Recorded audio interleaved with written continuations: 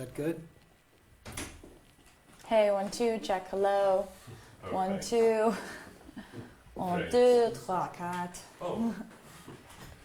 Okay, you ready? Uh-huh. Yeah. First question, very simply about the title. Why did you choose to this title, 1989? I decided to call my new album 1989 because I was born in that year, first of all. And then second, I became very inspired by the sounds of pop music in the late 80s. Lots of synth pop kind of inspiration. And I felt that kind of naturally becoming something I was incorporating into my music. And I kind of had this realization that I was having sort of a rebirth in music. This is my first pop album, so it's a very big step for me. So I decided to name it after my birth year and the year that kind of provided me with a lot of sonic inspiration. This record sounds more pop than the others. Definitely. Yeah. Admittedly so. This is my first pop album, and this was an album that I really wanted to make very sonically cohesive. I wanted it to have its own sound.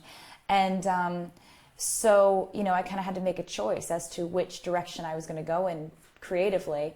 And I'm so proud of it. I'm so proud of this album because it is a lot different than anything I've done before, and I really got to challenge myself as a songwriter. For instance, Blank Space or Welcome to New York how to say that, like a single. It could be single of this album. Maybe. Yeah. I mean, if you think so, that's a good sign. What do you think you? I think that, you know, when I make an album, I try to make as many songs on it that are good enough to be played on the radio, and that was definitely a huge goal for this album. So I think it would be amazing to have an album where you have lots and lots of singles, and you know, I love hearing music that I write on the radio. It's the most gratifying feeling as a songwriter. So hopefully people like it. It's all you can do is try to make the best album possible, and the rest is up to everybody else in the world. A few words about the song Blank Space. Is it especially important for you, this song? The song Blank Space is one that I wrote about kind of laughing at the media's perception of my personal life. Like, they kind of have a field day with making things up about me. And so I kind of thought, hey, like, why not make the same joke that they're making?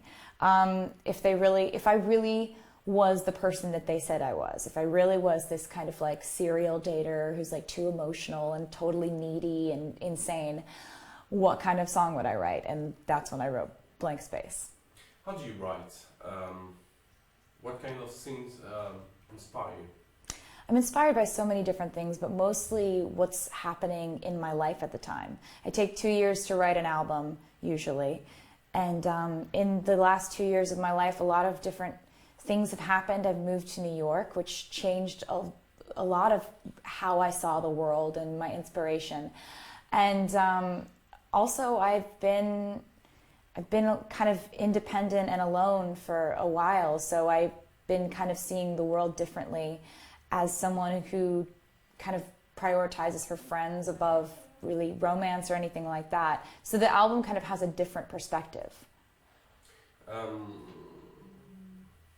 What is the story behind, for instance, Shake It Off? Shake It Off is a song that I wrote about kind of having to just let go of some of the things that you deal with in life, like people gossiping about you or saying things that aren't true about you behind your back. And that's not just me who has to deal with that. That's everybody else in the world going about their lives. And if you let those people get to you, then you'll just become very bitter. And so I wanted to write a song that would help people kind of let go of any aggression or bitterness or resentment they feel about how people treat each other, and just kind of dance. How can you describe the relationship between that you have with your audience, your public, and especially French fans? Well, it's interesting because my career kind of has a different look in every single country. So it's interesting because we're playing stadiums in Australia and Canada and America and multiple arenas in the UK and things like that. But then there's some places where my music is still very new to people, which I think it makes things very exciting. So the idea of spending more time in France is really kind of thrilling to me, because I think it would be really fun to spend more time here and to come back and tour here. Now, can we talk about your new career of actress? You're a complete artist. You sing, and you will be soon in the film, in the movie The Giver. What about this film and this new career? I got to play a very small role in a movie called The Giver, which starred Meryl Streep and Jeff Bridges, which was an astounding experience for me as someone who's very new to movies and films and acting. So I was really excited about getting to play a very, very small role in a movie that had such an amazing cast. And it was truly a very educational experience, and I learned a lot. It was really wonderful. Will play again in the movie? I don't know. I can only really predict my life about a year in advance, you know, and I know in the next year I'm not planning on being in any movies. I'm just planning on touring and playing music and going out and promoting this album. But who knows in the distant future? I never want to rule anything out, because any kind of creative outlet is really fun to explore. Okay, and then my last question.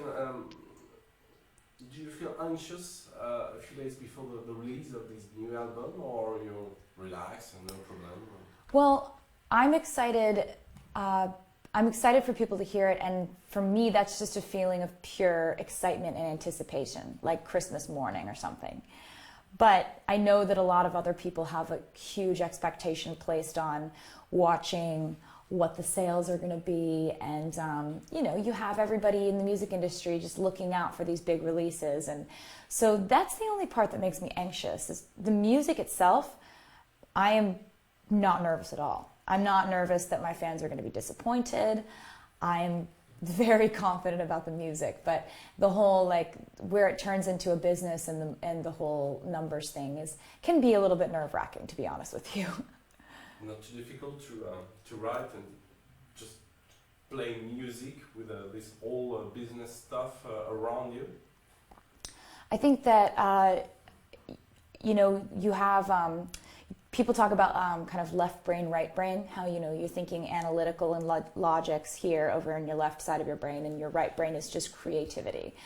But to be realistically and honestly a part of the music industry, as well as an artist, you have to use both sides of your brain, and you have to know when to turn one side on and turn the other side off. And so as a songwriter, I'm constantly trying to figure out how to balance both sides of my brain, one of which that always just wants to be impulsive and creative, and the other side that knows that this is a business. So that's always something I'm kind of dealing with. Okay. Thank you. Thank you. Perfect. Thank you, guys. I'm taking this.